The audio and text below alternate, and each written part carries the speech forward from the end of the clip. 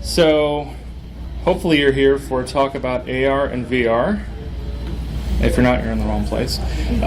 So this is WebVR today and tomorrow. There's a link to the slides, and there's also a link. I just moved this into this part of it. So if anybody, I'll give you guys a second to kind of go there and to glitch and start it, because it's kind of a fun little demo we're going to do at the end very quickly because the talk runs longer than we want it to. We never have time for the demo. But load that up, and then at least you'll have the tracker that you can take home with you and play with it later and see how easy it is to create your own web AR application. So it's glitch.com/edit/hashbang/DrupalCon-web-AR. And then there'll be other stuff to do with that later. Okay, I'm going to move on to the next slide. This is for the overachievers. All right, so cool. So yeah, WebVR today and tomorrow. I'm Mike Minetsky. I'm the Director of Technology here at 4Kitchens, and this is Patrick Coffey. He's a senior JavaScript developer at 4Kitchens.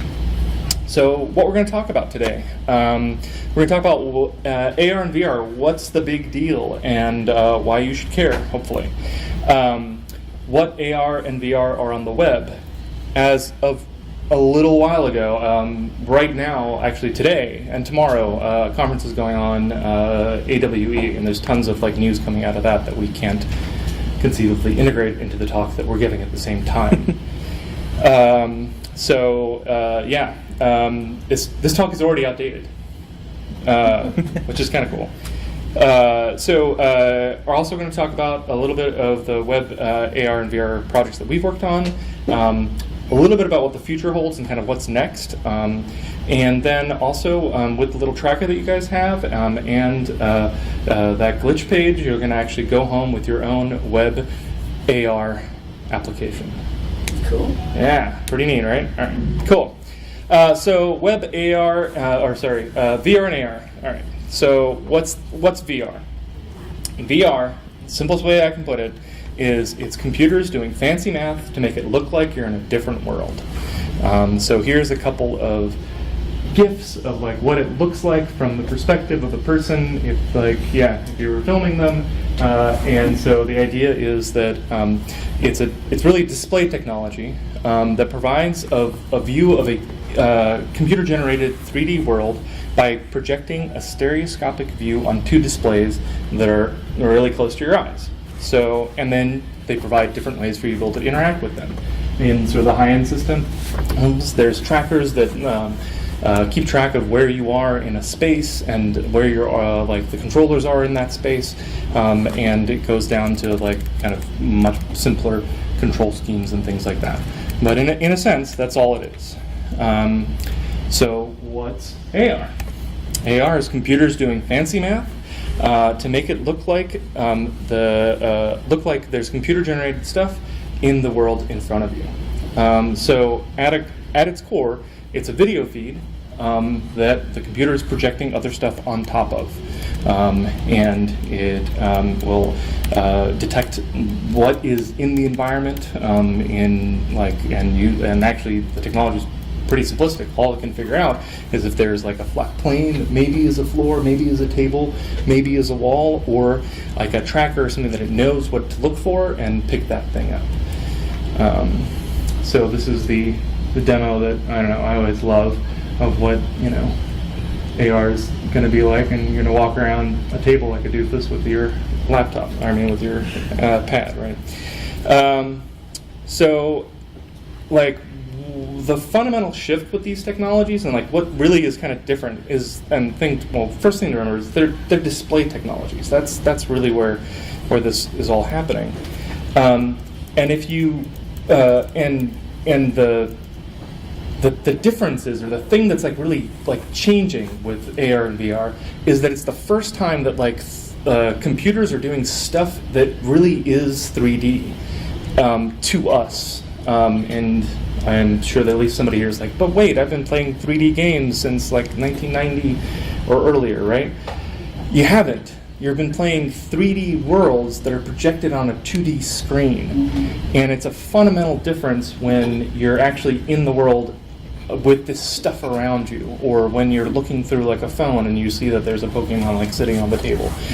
It is very different, and it's actually like one of the things that, a side note is that it's actually bringing 3D technology onto the web, because that is what the whole deal with AR and VR is. Really the first time that computers are really doing things in 3D. So what is the big deal? Like, why should you care? Like, this is just a new display technology. Like, oh, I was going to get a bigger monitor, right? I mean, that's like, right? Maybe. So one of the things, obviously, the first thing that comes to mind, everybody's mind, is gaming. Like, there are games that are coming out, and like just this year, like the Vive has been out for 2-3 years. Yeah. Just this year, you started seeing like AAA titles, like video games that other people have played or wanted to play, coming out on VR, and like they're really cool. It's one thing to play Doom on your computer; it's another one to have like monsters jumping out and at you and around you and things like that. So the same thing that makes like the version of Skyrim that's in VR so much more compelling than the version of Skyrim that you're playing on your TV, no matter how big that monitor is that it are the same reasons that the AR and VR can be very powerful tools for things like empathy, for education, and creativity. And so here's a couple of case studies of things that are not games, of where AR and VR is actually making a difference or being cool. So the first one is, so the first thing is empathy.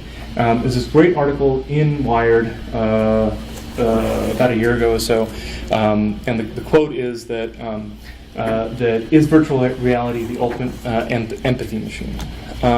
And so it is the first time where you can literally see the world through somebody else's eyes. Right? Okay. The example that I have for that is something called Honor Everywhere. So what it is a virtual honor flight for veterans of U.S. veterans. So if you're not familiar, if you're not part of a military family or something like that, you probably don't know what an honor flight is. So it's an opportunity to take veterans of World War II to the actual memorials that were built, and to have them have the opportunity to see the memorials that were built for their service. Well, many of these veterans are no longer able to travel. They're not able to take these flights. So this group has actually created a 360 video of not just the visiting the memorial, but the entire experience. So letting the veterans actually experience what it's like to walk into an airport as part of an honor flight, and all of the people in the airport, recognizing them and things like that. And it's a very, very powerful thing to see, and just like seeing the videos on this website of like these old guys kind of like seeing this stuff and being able to experience it, it's pretty cool. Another example sort of on the AR side of empathy is a project called Enter the Room, and what it is it is a child's room that you walk into using your phone or like a tablet or something like that, and you see what happens to that child's room when there's a war happening outside of that room. You never see a gun, you never see an explosion, you never see soldiers running around, but you feel what it is to experience like growing up in a war zone, and you can't, in a way that is different and more relatable than even like some of the better movies out there about these kinds of things. So education, it's kind of obvious, but the concept of virtual field trips, and this is one of the things that kind of made me think about like, wow, this technology has some legs and is something that is potentially important. And for me, that was actually not in Google Expeditions, but you can do the same thing in it. It was in just Google Street View on a cardboard. And I pulled it up to my face, and I went, looked at it, and I went to the Taj Mahal. And I've never been to the Taj Mahal, and I have no idea how big the Taj Mahal is. Like,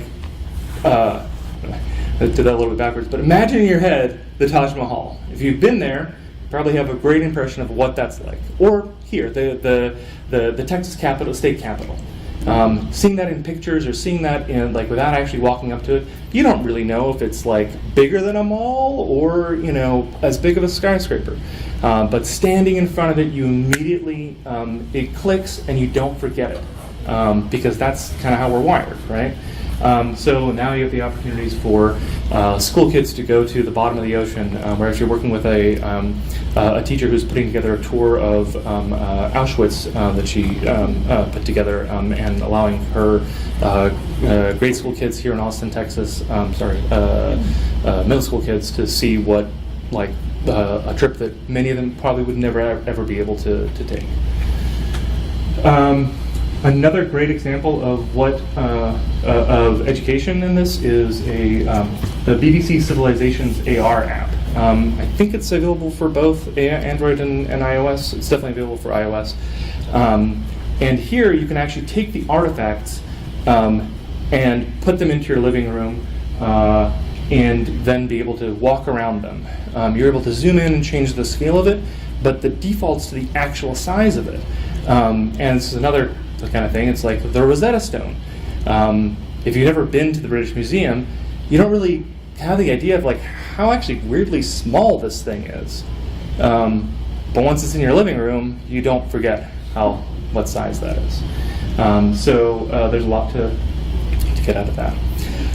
So the last one is creativity. So Google Tilt Brush was another kind of aha moment for me in this. And here you can actually see what it looks like when somebody's doing it. And it is you're painting with light and sculpting with light kind of in front of you. And it is absolutely, it is a lot of fun. And it's also like it is so different than trying to make 3D models in something like 3D Max or something like that. Like it is like you just draw in 3D. That's it. So why isn't this in everybody's house? Right? Like, I don't know. This stuff sounds, at least a couple people here are like, wow, all right, I'm ready to get on board. So this was a quote from Silicon Valley. I'm not going to read the whole thing, but it kind of epitomizes the sort of the feelings that I'm sure a lot of people coming into this room are feeling about like AR and VR, and that is that it's kind of vaporware and not sure how it applies, and like it's probably more has to do with like investors and companies and things like that, not necessarily actual people using it. Like that's a technology looking for a problem to solve. And so like what are the couple things that are that are holding it back? So first of all, with AR, the technologies that drive it on the phones were announced in 2017. So they didn't even get released, at least one of them, until 2018. So these are incredibly new APIs that are just becoming available. There really isn't an AR or VR must-have app. There's no Zelda yet. There's no Microsoft Word yet.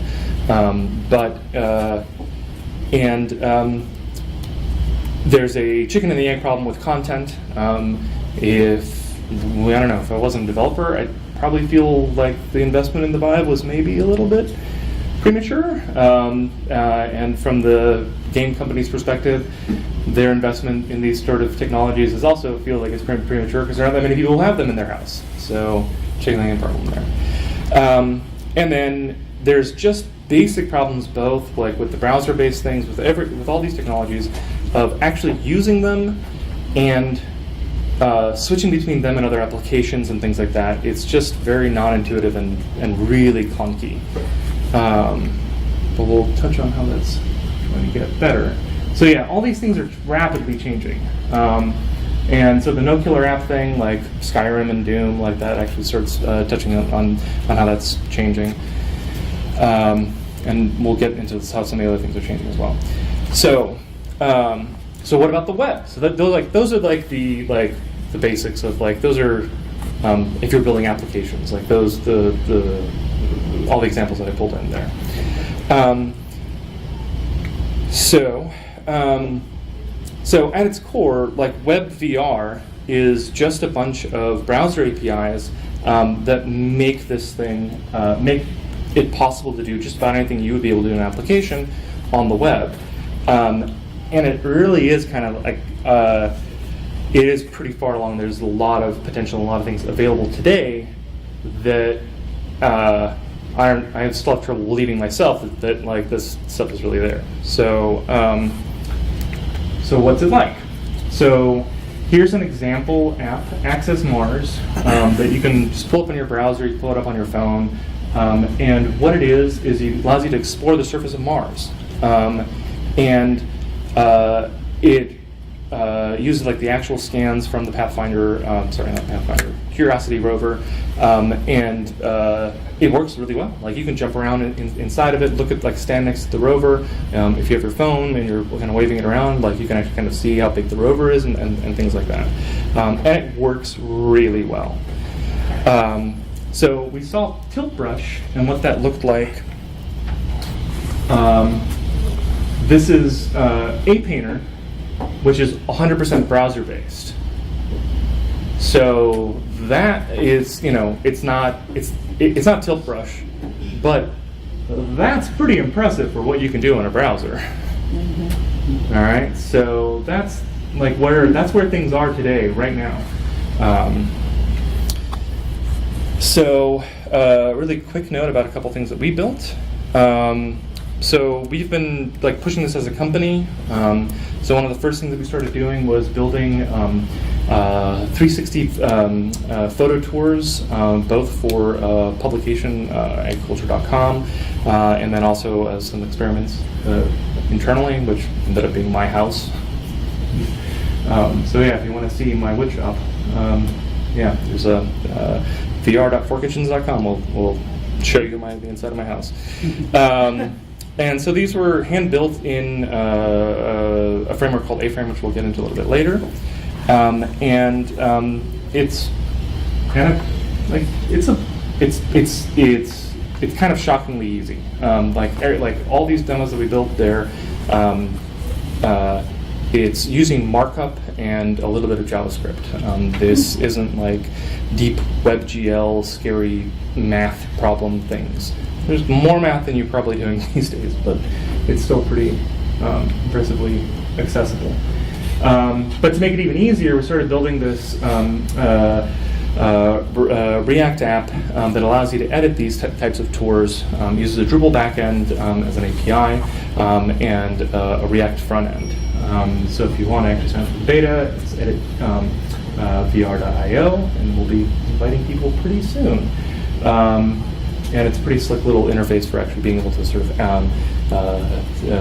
link together these photospheres, put story elements into them, upload audio files, upload close-up pictures, and add text.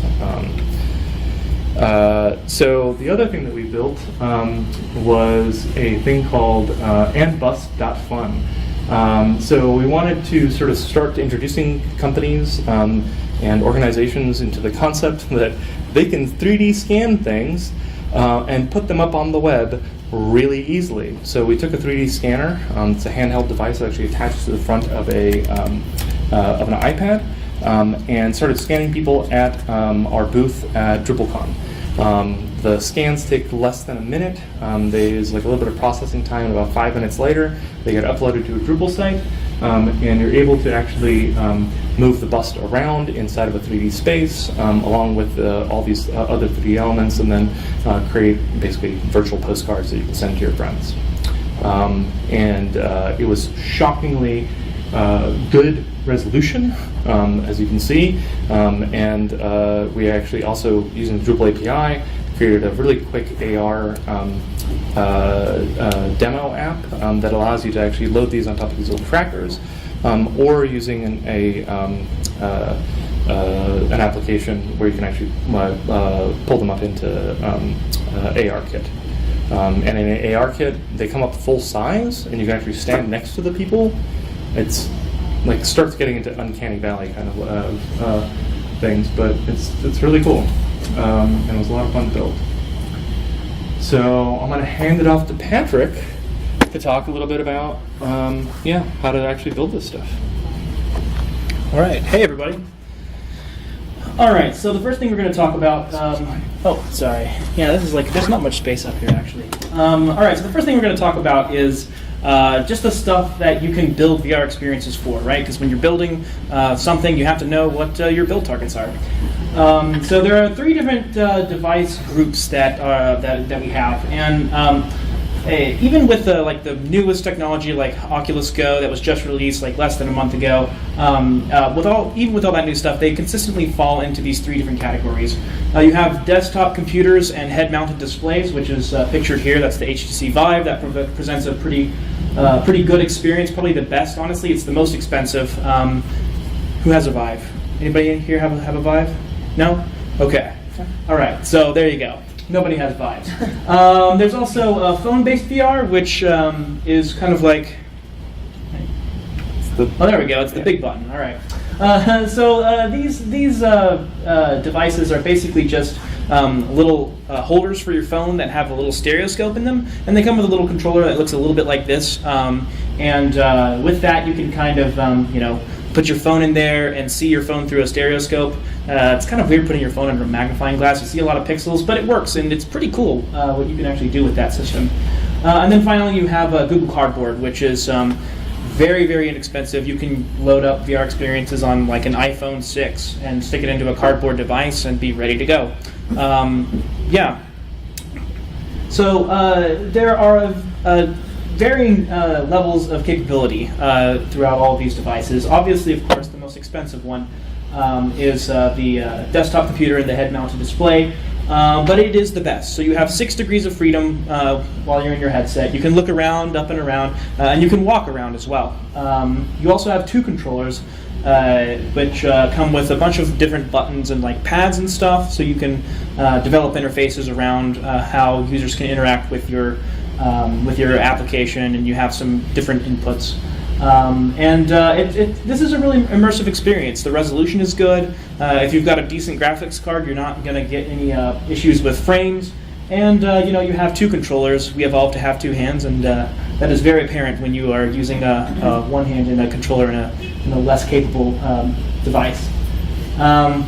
Speaking of less capable devices, this is the Google Daydream. Also similar devices would be the Samsung Gear stuff that they have, Gear VR, and the Oculus Go actually, which just came out. I mentioned that previously. Kind of falls into this category. Although the Oculus Go doesn't require you to have a phone, it still is the same. Basically has the same degrees of freedom in the same controller configuration. So you have 3 degrees of freedom with these. That means you can look around. You can't walk around. If you walk around in your virtual world, you're not going to go anywhere.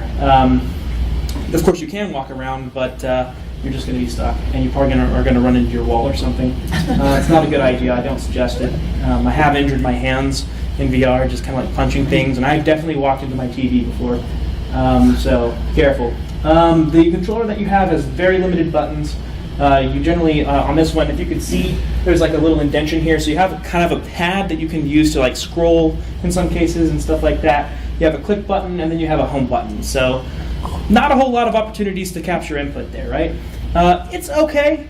You can open up some experiences and get a cool feel for what they're trying to do there. I think there's some, like Access Mars, for instance, works really well in the Daydream. It's perfectly fine. It's very informative, and it works. But you can't build like Skyrim. I'm not going to run Skyrim on your Pixel 2. I'm sorry. It's just not going to work.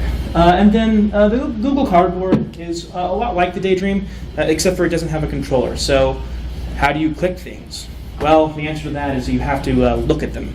So there's generally a little circular or some sort of geometric object in front of you, in front of your camera. You get kind of confused by your eyes, like, is that a nose? I don't know. And then you point that thing at an object, and you wait a second, and then it'll click the object. And that's about the extent of interactivity that you can achieve in these sorts of devices. So not a whole lot you can do there, but there's a lot of great applications that let you view content. So, photospheres. If you've ever taken one of those photospheres with your phone where it requires you to look around and take a bunch of pictures, those look really cool on the cardboard. So definitely some things you can build for that. So these are the devices that we're targeting, right? High-end, medium-end, and low-end. It's kind of like You can kind of like draw parallels between that and computer screens, right? We have mobile devices which are really tiny, and then we have desktop computers that, sometimes have like 32-inch displays. And we have to make our websites work in all of those different sizes, right? It's kind of like that. We have to make our applications work for all these different devices and all of their capabilities at some level, right? So the way that we go about building WebVR experiences for these devices is we use A-Frame. And there are other ways to do this, but A-Frame is a really, really great tool that allows you to build virtual reality experiences based off of just HTML markup, right?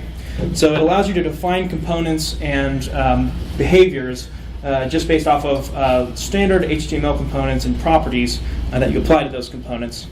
But it's not just a markup language. It actually does have like an entity component framework on top of it, so you can provide like a whole level of interactivity, and it has like a very declarative and extensible and composable structure on top of it. So you can do very complicated things, as you saw with the A-Painter demo. I mean, that was pretty intricate, right?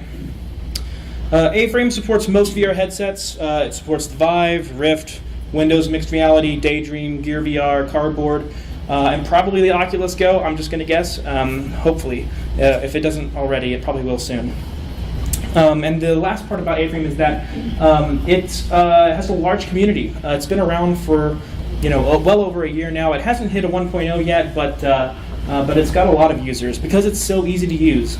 You can just write HTML and end up with a VR scene. So a lot of people have adopted it, and a lot of great developers have contributed components and mechanisms that you can pull into your application and use, so you don't have to do all the legwork of writing, models for your controller in VR and that kind of thing. So there's a lot of community contributed code.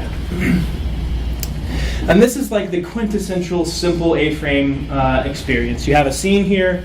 If you were looking at this in a headset, you'd be able to look around and you would see nothing but blue. But that's okay, because you can look at the plane, the cube, and the cylinder, and the sphere that we have. Very, very simple. And this is the code that makes that happen. Right? So it's very, very simple. I'll break it down for you. So here we have A-Frame. We pull it in at the top, and then we have a scene that we define here, and then we have all these individual elements. So a box, a sphere, a cylinder, and a plane.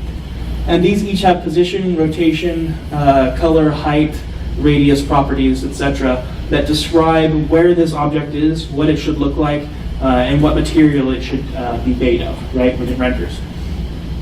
So this doesn't look too daunting, right? This is actually pretty simple. You could definitely write this, in 10 minutes of time.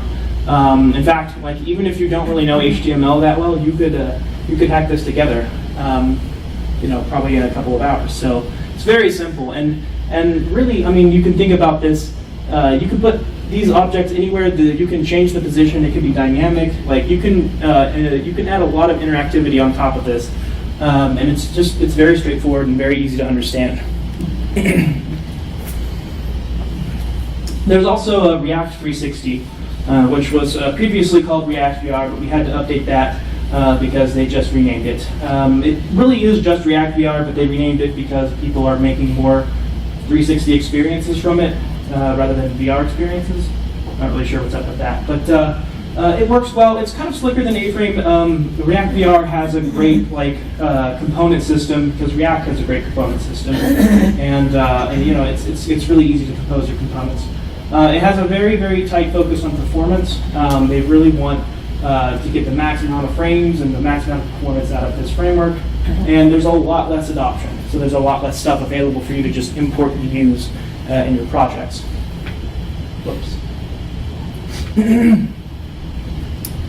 Another thing you can do with A-Frame is you can make AR applications, right? So basically the idea is that instead of rendering a blue sky or some sort of image like a photosphere or a videosphere around the user, you just render what's coming out of a camera on a phone, right?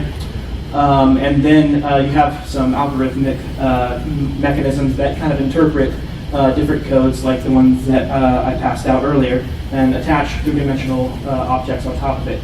It's great. It's really easy to put these little apps together.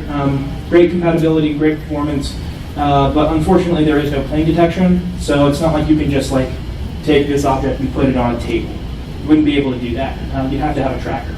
But who knows? Maybe we'll come up with that next. I think Google's web-based AR stuff is actually doing that stuff, and actually we have an image of that working.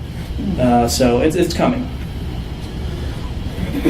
So if we just rewind just a little bit and take a look at what we've got, we have a very simple to think about, but kind of complex implementation stack. We have A-frame there at the top, and that's what you interface with. That's how you build your experiences. And A-frame interfaces with 3GS, which kind of stands on top of the WebVR polyfill. And A-frame also interfaces with WebVR polyfill quite a bit. And then those things stand on top of WebGL and WebVR APIs. Right, so this is really not too complicated. Did I just go to the next slide accidentally? Yeah, there's the back button at the bottom of it. Oh, there we go. There you go. Okay, so yeah, so this is, like I was saying, relatively simple to understand, but if you have to dig into this stuff, it gets a little bit messy, so there are some caveats. What to watch for? These APIs that we're talking about are under very rapid development. WebVR is a very new idea. VR itself is a very new idea. So these things change very, very frequently, and you have to be ready to adjust your implementations, especially if it goes beyond just building scenes with geometrical objects in them. You know, if you're building out highly interactive experiences, if you update A-frame or if Chrome comes out with a new version, you might be having to refactor portions of your application. So that's unfortunate. There are some performance lags for sure. I think, especially when you compare WebVR to native applications. I mean, it's just like WebGL is not DirectX. I'm sorry, it's probably never going to be. So there definitely are some performance lags. Browser support definitely varies, but you can get pretty close with polyfills. So I think a lot of browsers, Mozilla and Chrome specifically, are supporting the WebVR API spec pretty fully, actually. I think Safari is lacking behind, and probably Opera and like some random other browsers as well. So those polyfills really help out in those cases. Targeting experiences to different devices with different capabilities can be kind of tricky. So you can imagine, with an HTC Vive, you have two controls, and they have like a unique set of buttons. On a Daydream, you have one control with more unique buttons. How do you build experiences for those two devices and provide a similar level of interactivity with those different controllers? You kind of have to develop different interaction systems because the controllers are so vast. And there are Oculus Rift controllers too. So there are some parallels between Vive controllers and Oculus controllers, but then again, there are some core differences that you couldn't really map. So that's actually kind of difficult. All of these things are rapidly changing, but they're also rapidly improving. So as things mature, they get better. Hopefully, that's the idea. All right, Mike, do you want to talk about the future? Oh, I'd love to talk about the future. All right, let's do it. All right, cool. Well, so that's what you can do today. That's kind of where the technology was during DrupalCon, at least. So what are the things that are on the horizon? So one of the biggest things is there's new hardware coming out. The Vive Pro is out now and has much higher resolution than the Vive. It's very expensive buy, so it's like $1,300 for the whole setup. And you need a really nice computer to go with it. So, the controllers are getting even better, and there's new companies that are coming out with new approaches to being able to move away from kind of like the lawn-based controllers, where you basically kind of like have things that you're holding on that have buttons on them, to ways that are able to track your hands much more directly. That's making very big differences. It's much more natural to try to interact with the world by using your fingers than kind of being with 5 hands or something. So the other thing that Patrick mentioned a couple times that's coming out is standalone headsets that are sitting in that middle tier a lot better than the than the Gear VR and the Daydream, where you had to like put your phone in and it was really awkward and weird. So the standalone mid-tier devices are actually that are coming out are actually pretty slick. The next thing are things like AR glasses. So there's a company in Florida called Magic Leap. There's always these rumors and lots of purchases on Apple's side that point towards the fact that they're probably going to have something along these lines at some point when they start to decide that it's ready for them to start talking about. And all those things are, I mean, they're really happening. So WebVR spec has been adopted, as Patrick said, but there's a new spec already. So that's how fast this stuff is changing. Now it's called WebXR. So it brings together a lot of the APIs needed for WebAR and WebVR into a set of APIs that are much more unified. And so this was actually at our retreat back in February. This was a demo that Google had put together, and that was a 3D object in a web page that you're able to sort of put in the environment and stand next to your boss. And so and it addresses some of the new hardware. Also, AR Core and AR Kit are not exposed in the browser anyway yet, but there's definitely lots of experiments that you can start sort of seeing what that's going to be like, and once it does, it's going to be awesome, and it's going to be really exciting, and I think that that's actually where those APIs are going to be used the most, absolutely, especially for AR things. And then part of the spec, part of the intention of the spec is to support the types of interactions that you would have with an AR headset and the web. So being able to use that video feed and put web 3D objects inside of that video feed. So the other thing that is really kind of like changing the game as far as what WebVR is going to be like are browsers that are specifically made to support VR. Super Medium is probably the one that actually is the most relevant.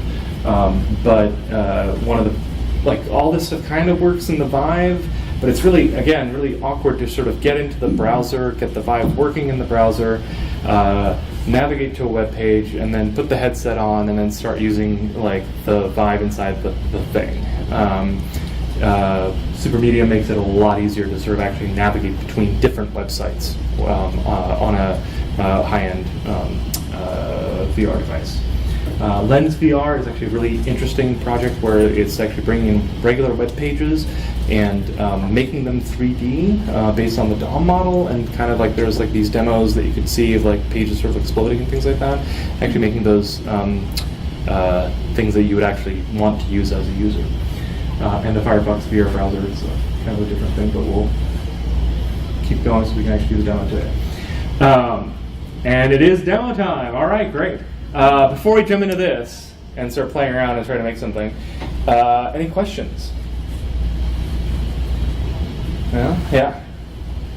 I don't even know how exactly to put this, but talking about when you were mentioning different kind of controllers for different headsets, do you think that at some point there's going to be something like X input or something like that, in which you have some kind of standard in which you can map the controller so they always match, and then you don't have to deal with having to build different experiences? Yeah, absolutely. Yeah, the high-level frameworks are doing that. Yeah, high-level frameworks are doing that. Unity is doing that, and they're working on these standardizations and these libraries that allow you to just sort of drag and drop things and have support for a variety of controllers. And I think in the WebVR land, we have different, there are A-frame components that claim to support all controllers and have a standard interface for different buttons, and they basically just come up with names for button types, and then they map those different buttons to the general name that they're calling it. And then there's the Gamepad API, which is kind of different than the WebVR API because you could use the Gamepad API on a 2D page or however you want, right? And that is sort of developing very rapidly alongside the WebVR APIs.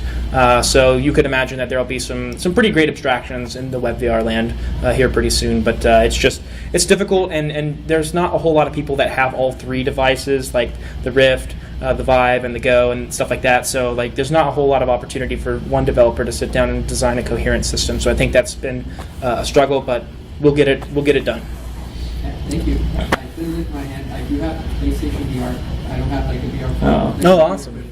We haven't talked about that. I don't know what level of support there is in WebVR for PlayStation VR, because I think it's kind of closed off. Yeah, somebody made like a custom driver or something so you can use it on your computer, but it's like if you don't pay for it, you only can use it for like 5 minutes and then it's automatic. But yeah, there's already someone. So, Cool. that is actually we didn't mention it here because it's not particularly relevant to the web side of things. The PSVR is outselling all the other displays by like 10-fold or something like that. It is like the platform, and for application developers and for things like that, it's very important to target and for games and things like that. So yeah, that's an interesting tidbit. There was another question somewhere. You showed that E-frame snippet up there where it listed like a cube and a sphere and a plane and their coordinates and so on. Does that language have like compositional geometry stuff? Like, can you do intersections and differences and stuff like that? And do you know? 3GAS does, and definitely does. So, Okay. But A-frame doesn't. Like, you can load 3D objects into A-frame. Yeah, but A-frame does expose 3JS as something that it sort of like wraps. Yeah. So you can drop down to 3JS and you can build out any sort of, you can build anything you want. Computation It doesn't wall you away So from where I that. was thinking is, do you know if that has an origin or some relationship to the OpenSCAD and OpenSCAD.js? I don't know, and I don't think it does have any relation to it, actually. But one thing worth noting is that React 360 and React VR do not allow you to access 3GS, so you have no ability to do anything with that kind of stuff. Other questions? Actually, now I'm thinking about that, Rob. Like, there's like probably where the connection is that it all kind of like collapses down to WebGL anyway. So Yeah. There's at some point, like That's a good point. Okay. Cool. Well, let's try to do this demo. Okay. So, if you have a phone and you have one of those markers and you have a laptop, then you can try this out. If you have only one or two of those, you can kind of follow along and then try this at home later. The markers, you need to have a marker on the table. You need to take your phone and go to HTTPS, and I think it's going to be important to put the S in there, DrupalCon-webar.glitch.me. And then on your browser, you're going to want to go to glitch.com/edit hashbang DrupalCon-webar. And then you're going to click the Remix This button. So if you've never really used Glitch before, it's amazing. You should use it all the time. And then I just realized actually that once you hit that Remix button, you're going to have a new URL for what you need to point your phone towards. Just click the little, I'll pull up mine actually here. I can actually just go ahead and mirror my display here. So there it is. It's glitch.com/edit/hashbang/DrupalCon-webar.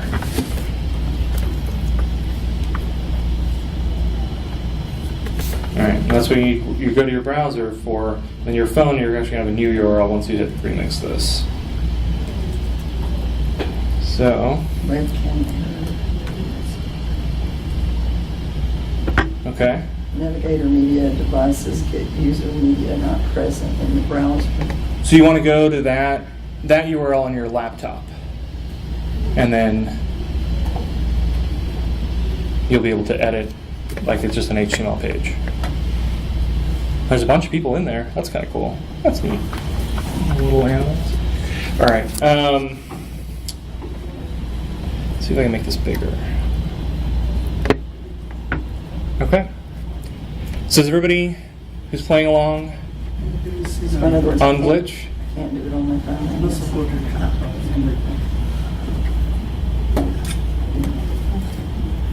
Some people are. Raise your hand if it's working for you. Yeah? No? No, like on your laptop? No? Glitch.com/edit? That whole URL not working? I can see There's a lot of people in there. I can see that on my laptop, on my phone. I get a webcam error. Yeah, you gotta go HTTPS. Yeah, you gotta go HTTPS. Sorry. Yeah. And after you remix, what you need to find another. Yeah, you'll have a new URL, and you'll get that URL by clicking the show button on the browser. And it'll open up a new window, Oh, okay, great. and it'll have like some weird pithy name. Long underwear. Yeah, exactly. So he's got it on his phone now. You said there's a sticker? There's, yeah, a little tracker you should have here. If you point your phone towards that. So then put the new URL on your phone? No, that's actually working. Well, you got the URL for mine. So if I change something in mine, you'll actually be able to reload it. But this, Yeah. So your URL is here is like superhedge. Yeah. .glitch.me. Get 2018. Yeah. Cool.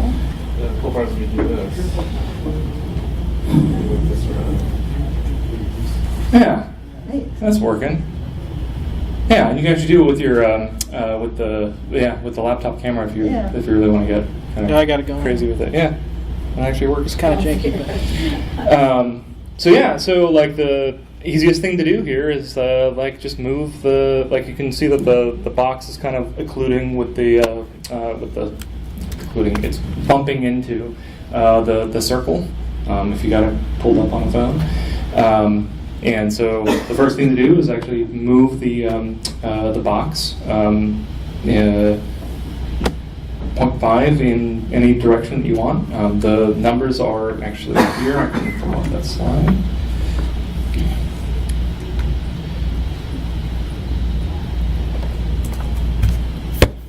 So yeah, actually the first thing we can do is I can just change the text value. So instead of making it say DrupalCon 2018, make it say Texas Camp 2018, or your name, or a curse word, because the first thing I would do if I was doing it, but all right.